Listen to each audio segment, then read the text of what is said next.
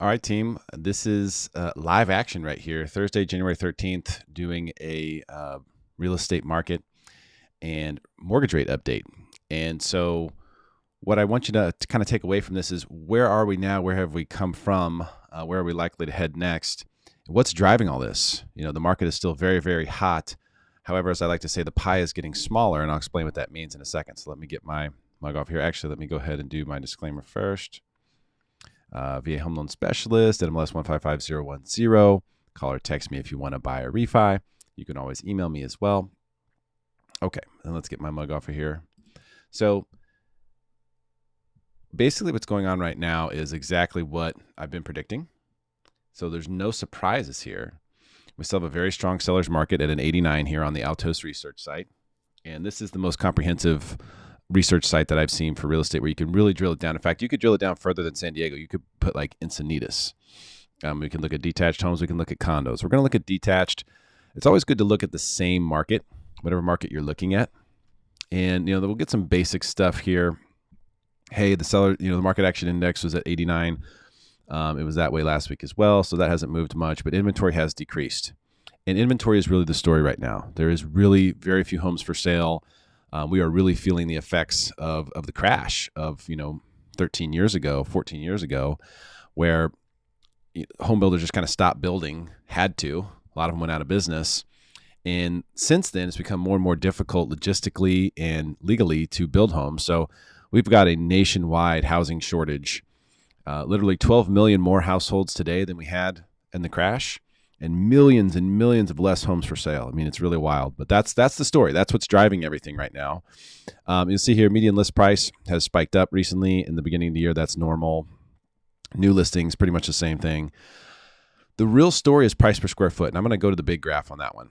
Price per square foot is the story that we really should be paying attention to. And this graph here goes back 3 years. So you're seeing January 2019 over here, where, the average price per square foot was about $450. And then today it's, $630. So we've had a huge increase. I mean, that's almost 50% in just a few years. This is what really tells the story, because you can look at median prices, listings, sales, all that stuff really, doesn't factor in the totality of the market. This does. And it just shows you that steady increase in value. You're going to find it very hard to find a place on here where at any given 7-day period, it went down. It's tough to find. There's a few of them. It's very, very hard to find. So we're just seeing a steady, slow increase in prices. And every week, every month, prices are going up. That's just what's happening. And it's because of this lack of supply and a very steady and strong demand from people to own homes, because owning a home is a great thing, especially long-term. If you're a flipper, it may be good. It may not be, depending upon when you buy and when you sell.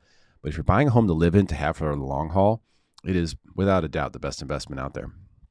So we've seen this steady increase in price per square foot. That really tells us the story of what's going on. But let's take a look at a couple of the other things here that I think are a little bit more interesting, like average days on market. See, the average days on market has increased. Now, this little graph here only goes back a few months. So this is end of September, was 37 days, average days on the market. Now we're at 50. What's going on there? Are these properties having a hard time selling? No. What's happening is sellers have realized that they can hold out, that time is actually on their side. A lot of times when you're a seller, your first offer you get is going to be your best offer. It's going to be your most motivated buyer. It's going to be someone who's been waiting for a house to come on the market. They jump in, they get off. That story doesn't fit in this market. What's happening now is sellers are going, I want to get this much for it. And they're pricing it there, and they're just waiting for the right buyer to come along, and they're being more patient, and that's what's happening. So it doesn't have a lot to do. Now, some people have overpriced their homes completely, and they're never going to sell, and that also is, affecting this. But a lot of these homes, they're just the sellers don't need to be in a hurry. Time is on their side. Prices are going up. They don't need to take your offer. They can wait. They can be patient, and that's what's happening there. Median days on market, 21 days. So, that just shows you that. You look at the average versus the median. Most homes are selling very quickly. The holdouts are definitely out there, though. Price decreases, we've seen that really go down. In September, almost 30% of the homes had a price decrease. That's quite a bit, right? We were finding the market. Now, we've seen that that's happening a lot less. And what's happening? Sellers are waiting. are waiting for someone to the market to come to them. They're not decreasing the price as much. So price increase, a silly stat. Relisted. You're seeing more relistings.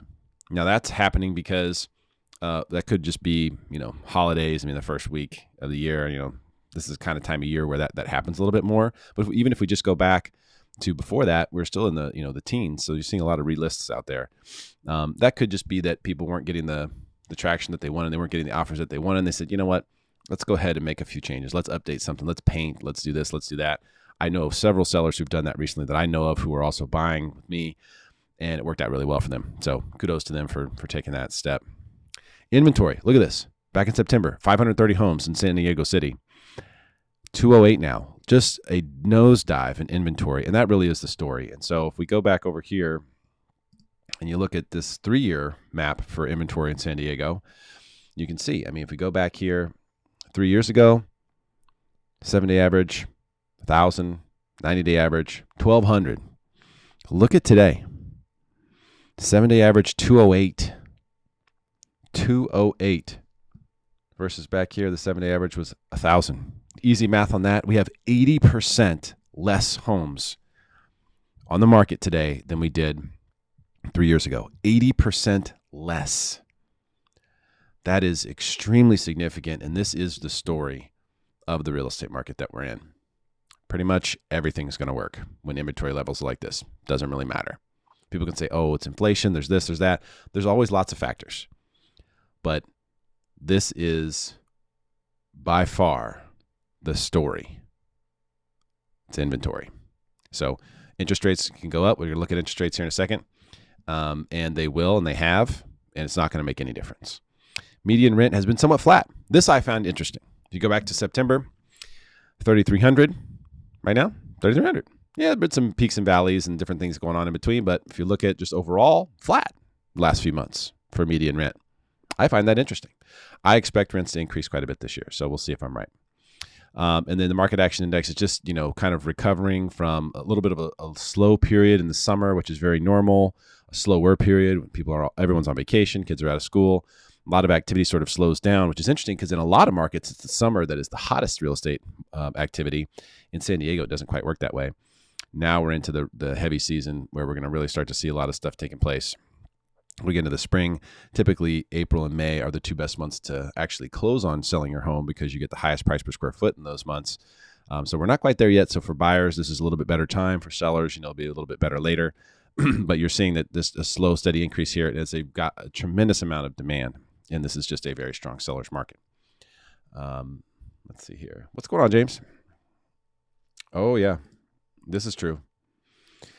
Prices are pretty much insane everywhere, but definitely over there in the 127. Yeah. I agree there. Yep. It's going to get worse with inventory now. That rate lock will be a factor. It does matter. It does matter. When you talk to people, I've talked to buyers every day. And, for some people, especially people who are buying in the $1 million+ range, if you have a 0.25% or 0.5% increase in rate, it causes them to go, you know what? I don't want to go that high on that house then. They do say that. Now they're talking about paying way over list. So it's not like it's hurting the market, but it's not helping the market. Let's put it that way. So here's mortgage bonds. All right, we've rolled over to the 3% coupon now. This is what we're tracking. Same story as the 2.5, which we've been tracking all year. Overall, bond prices just going down, and that causes mortgage rates to go up. Remember the inverse relationship here. And so what ultimately happened was we broke out of this range, which is really sad. This is a really good range. Rates are really good right here. If we could have stayed there, it would have been awesome. Broke to the downside and really just haven't seen any reprieve. This is the first couple of days here where we've just kind of gone sideways. No bounce though. I was like hoping to get a bounce up to one of these resistance lines maybe. And then if we're going to continue to go lower, that way we at least have a good lock time. Not really seeing that. So right now it's kind of just, hey, get in. If you get in escrow, lock right away. Lock right away. We hedge as a broker. We can hedge. So we'll lock with one bank. And then if rates improve, we can flip to another bank. But you want to get locked in because there's definitely downside here. We have absolutely no catalysts at all for rates to improve. We got an inflation number. inflation number was not good, right? Inflation rises 7% over the past year, high since 1982. I bet my life that 7% is not the correct number. I would bet everything that's not accurate. It's definitely in the teens, probably in the 20s. But listen, there's a lot of reasons why, these numbers that are calculated, they move the goalposts constantly. In fact, they just changed the way they calculate it for this particular number to come out, and they're doing it all the time. And some people think it's to not cause a panic, and that's not really what it's about. It's really about just trying to, make sure that the dollar is stronger, right? Because everything that the United States does is done in the dollar. Everything we pay for is done in the dollar. They want the dollar to be stronger. And there's a lot of, benefits to that. So that's the reason why these numbers are manipulated. I don't know if in 82 they were doing the same thing and we can say it's apples to apples or not, but I can tell you that just based off anything and everything I've looked at, that number is not right. It's way low. So, but if we say, hey, let's say inflation is 7%. Well, property values went up 20% last year. I think they're going to go up 10 to 15% this year. But the problem is the inflation is what is not a friend of bonds. It's like if inflation's 7%, imagine owning a 3% bond. The Fed's just told you lost 4%. So you're investing in an asset that has risk, and you're losing 4%. Who wants to buy those? So rates are forecasted. My forecast is for rates to increase. We've already seen 0.25% to 0.5% increase in interest rates. The thing is, it's not going to affect prices. It's just not. The inventory is too low. Will it affect some buyers? Sure. But there are so many buyers that there's going to be still multiple buyers it doesn't affect for every property that's for sale. Now, if we get an increase in inventory, if we see inventory double or triple, and we see rates really spike hard, go up another 0.5% or another full percent quickly, then we could see it. We could see a pause. We could see the market take a breath. But and that's possible. That's possible. But I don't think we're going to get that inventory. And so as long as that inventory stays low, it's going to work. The real estate market is still going to work. It's still going to do its thing. Because remember, super low inventory. And then this is just the overall zoom out on the market price per square foot. That's where it's headed. I mean, you could tell you that this is a lot of momentum behind this. There's a lot of weight behind this. So real estate market going to go up. Rates probably going to go up. If you want to recalibrate your rate, if you're already pre-approved, let me know. We can recalibrate, see how things look. It can affect approvals in some cases if you're buying at the absolute top of your means.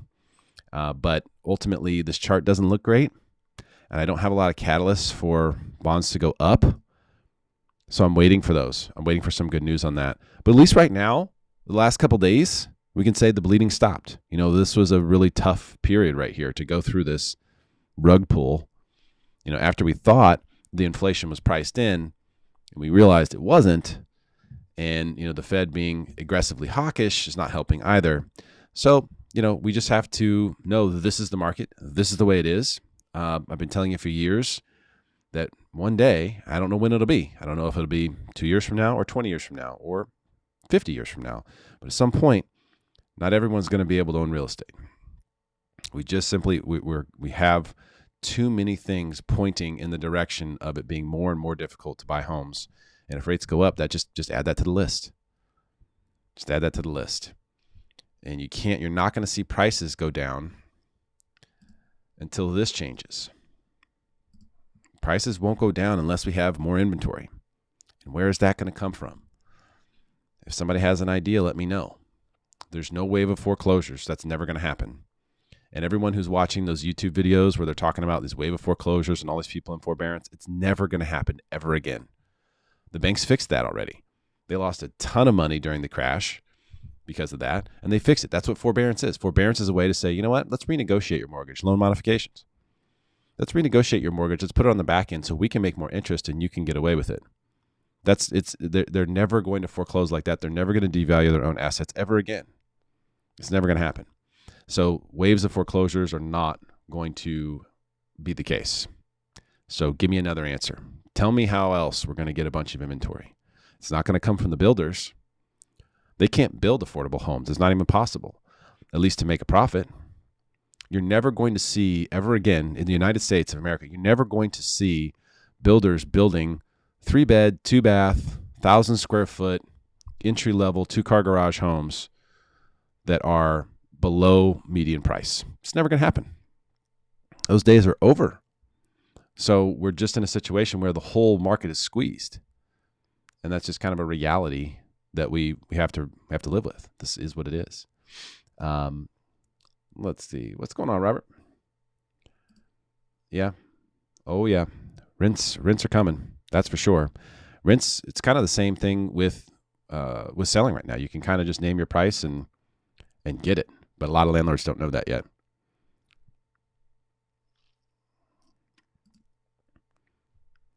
I was thinking of dropping inventory because owners will be hard-pressed to leave a home with a lower rate and cost of ownership to pay more interest. Yeah. We can talk about specific scenarios, individual scenarios, and then there will be one-offs that will, have this or that. But as a whole, the main issue, the main story is this, what you're looking at right here, inventory. Inventory being so low, it's scary. I have multiple realtors send me this week inventory screenshots for all of San Diego County. Remember, this is just the city of San Diego. All of San Diego County, 1,000 homes for sale. 1,000. We're selling 3,000 a month. We have a third of a month's worth of inventory. It's nothing. It's nothing. It's not enough. And I just don't see how it's going to change. And you're right. It's going to make rising rates will make it more difficult because if you own a home and you're thinking about sell buying, but you've got a 2.5% on the home that you're in that you bought for $600,000, and the homes that you're looking for to upgrade to are $1 million, and rates are now 3.5%. It's a huge delta. It's a huge, huge delta between your current payment and what your future payment's going to be. Even though you have all the equity to roll into the purchase, it's definitely a huge delta. So that's going to keep a lot of people who already own homes. It's going to make it even more difficult for them to sell their home and buy another one. Now, people who are moving out of state or whatever, of course, divorces and so forth, there's going to be some homes for sale. And can it get worse than this? I'm telling you, it can. It can get a lot worse. There can be way less homes for sale. It's the San Francisco effect. It is here. I called it a decade ago, and here we are. So this is what it is. What's up, Scott? Advice for a future home buyer, 2 years. You have a 2-year outlook to buy a home. Just make sure you're saving the heck out of money. That's the main thing. Save the heck out of money because it's going to be difficult for you to save at the pace that prices are going up. Mind you, only need to save a fraction, right? If you're putting down 20%, let's say you only need to save 1/5. So if prices go up 100,000, you only need to save 20 grand to stay on pace. But still, it's difficult to keep up pace. If prices go up 10% and the average price is 600,000, that's 60 grand per year. So that's 120,000 over those 2 years. So if you're looking to put 10% down, for example, that's an extra 12 grand, an extra 12 grand. So it just save money. Best thing you can do, live the simplest possible life that you can expense-wise and save as much money as possible. That would be my recommendation. Great question, Scott. All right, guys, I'm going to wrap it up, and I'm going to send this video to everyone who's pre-approved for a loan with me right now. So if you guys have questions about anything, you want to go over anything, you want to relook at scenarios, let me know. I'm happy to help. That's what I'm here for, and I will see you all soon.